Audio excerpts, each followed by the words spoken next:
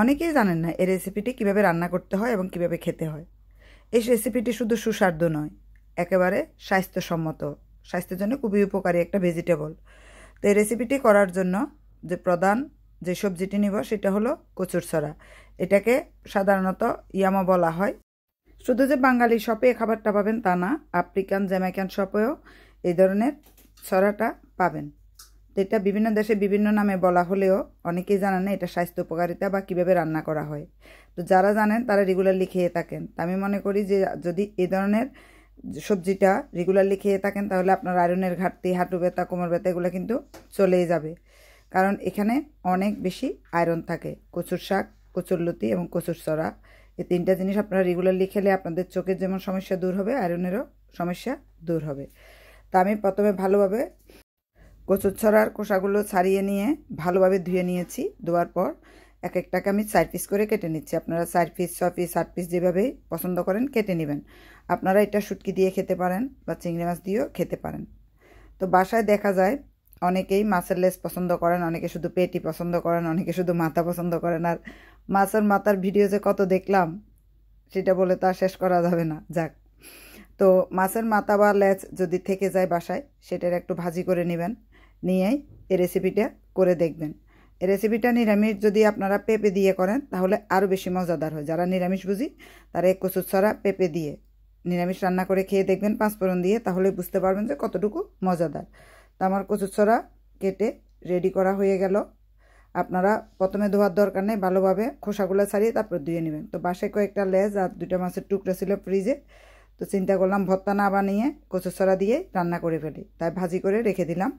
আর এদিকে কড়াইতে একটু তেল দিয়ে সেখানে আমি দিয়ে দিব পেঁয়াজ। আপনারা চাইলে পেঁয়াজ, রসুন, আদা একসাথে দিতে পারেন।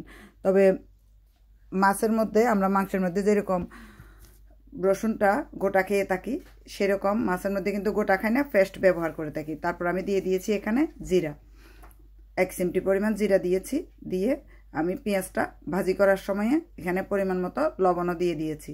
আপনার সবজিটা যতটুকু করবেন বা যতটুকু ঝোল দেবেন সেই অনুযায়ী লবণটা আপনারা দিয়ে দিবেন। তারপর আমি এবার কচুরছড়াগুলো উপর থেকে দিয়ে দিচ্ছি। যখন পেঁয়াজটা নরম হয়ে আসবে তখন কচুরছড়াগুলো দিয়ে দিবেন। এখানে একদম ব্রাউন করার দরকার নেই পেঁয়াজগুলোকে, তাহলে পুড়ে যাবে। এরপর 1/2 টিস্পুন পরিমাণ হলুদ দিয়ে আমি ভালোভাবে নেড়ে নিব। নাড়ার পর এবার দিয়ে দিচ্ছি কাশ্মীরি চিলির গুঁড়া 1/2 টিস্পুন পরিমাণ, সাথে জিরার গুঁড়া এবং ধনিয়ার গুঁড়ো 1/2 টিস্পুন পরিমাণ করে, আর আদা রসুনের পেস্ট 1/2 টিস্পুন করে দিয়ে ভালোভাবে নেড়ে চেড়ে এখানে আমি অল্প পরিমাণে প্রথমে গরম পানি দিয়ে দিব। আর যে কোনো রান্না করার সময় আপনারা যদি গরম পানি ব্যবহার করেন তাহলে গ্যাস, ইলেকট্রিকের যেমন খরচ বাঁচবে, তেমনি তরকারির কালারটাও ভালো আসবে। যাদের তরকারিতে ভালো কালার আসে না তারা কাশ্মীরি চিলি বা পাপরিকা গুঁড়াটা ব্যবহার করবেন। আর যারা মরিচ খেতে পছন্দ করেন না তারা অবশ্যই পাপরিকা গুঁড়াটা ইউজ করবেন, তাহলে দেখবেন তরকারির কালারটা খুব সুন্দর এসেছে। গরম পানি দেওয়ার ফলে কালারটা সুন্দরই থাকবে। এখন ঢাকনা দিয়ে আমি 8-9 মিনিট রান্না করে নিলাম। তারপর 8-9 মিনিট রান্না করলে দেখবেন কচুরছড়াগুলো সিদ্ধ হয়ে গেছে। আলু না খেয়ে কচুরছড়া খাওয়া অনেক ভালো স্বাস্থ্যের জন্য।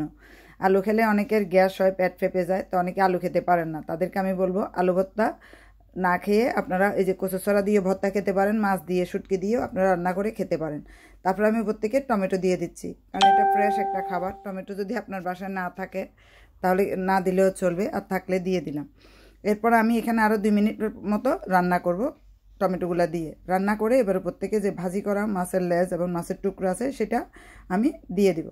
আপনারা চাইলে এখানে একটু কাঁচা সরিষার তেল ইউজ করতে পারেন, না হলে দরকার নেই। তারপরে যখন আপনার এটা মাছ দেওয়ার পরে 2 মিনিট আপনারা বলক তুলে নেবেন, যেন মাছের ঝোলগুলা মাছের মধ্যে ঢুকে।